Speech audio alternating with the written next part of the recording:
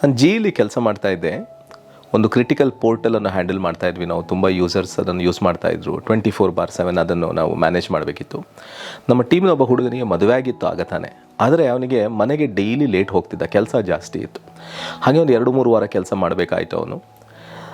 ನಾವು ಒಂದು 3 ವಾರ ಆದಮೇಲೆ ಒಂದಿನ ಅವನ ಮನೆಗೆ ಸ್ವಲ್ಪ ಬೇಗ ಹೋಗೋ ಅವಕಾಶ ಸಿಕ್ತು ಅವನಿಗೆ. ನಾವು ಆಫೀಸಿಂದ ಅವನಿಗೆ ಒಂದು ಫ್ಲವರ್ ಬೊಕ್ಕೆ ಮತ್ತು ಚಾಕ್ಲೇಟ್ ಕಳಿಸಿ ಅವನ ಫ್ಯಾಮಿಲಿಗೆ ಪರ್ಸ್ನಲ್ ಆಗಿ ಥ್ಯಾಂಕ್ ಯು ಅಂತ ಹೇಳಿದ್ವಿ.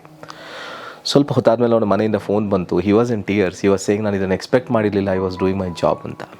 ನಾವು ಎಷ್ಟೋ ಸಲ ಅನ್ಕೋತೀವಿ ನಮ್ಮ ಆಚೆ ಈಚಿರೋರು ಅವರ ಕೆಲಸ ಮಾಡ್ತಾ ಇದ್ದಾರೆ, ಸಂಬಳಕ್ಕೋಸ್ಕರ ಮಾಡ್ತಾ ಇದ್ದಾರೆ ಅಂತ. ಅಲ್ಲ, ಜನ ಏನೇನೋ ಸ್ಯಾಕ್ರಿಫೈಸ್ ಮಾಡ್ತಾರೆ. ಅದನ್ನು ಎಕ್ನಾಲೇಜ್ ಮಾಡೋದು ತುಂಬ ಇಂಪಾರ್ಟೆಂಟ್.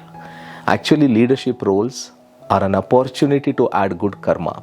ನಾವು ಎಷ್ಟೋ ಜನ ಅದನ್ನು ಟೈಟಲ್ ಎಂಪವರ್ಮೆಂಟ್ ಅಂದ್ಕೊಂಡು ಬಿಡ್ತೀವಿ. ಇಲ್ಲ, ಒಳ್ಳೆ ಕರ್ಮ ಮಾಡಲಿಕ್ಕೆ ಒಂದು ಅವಕಾಶ.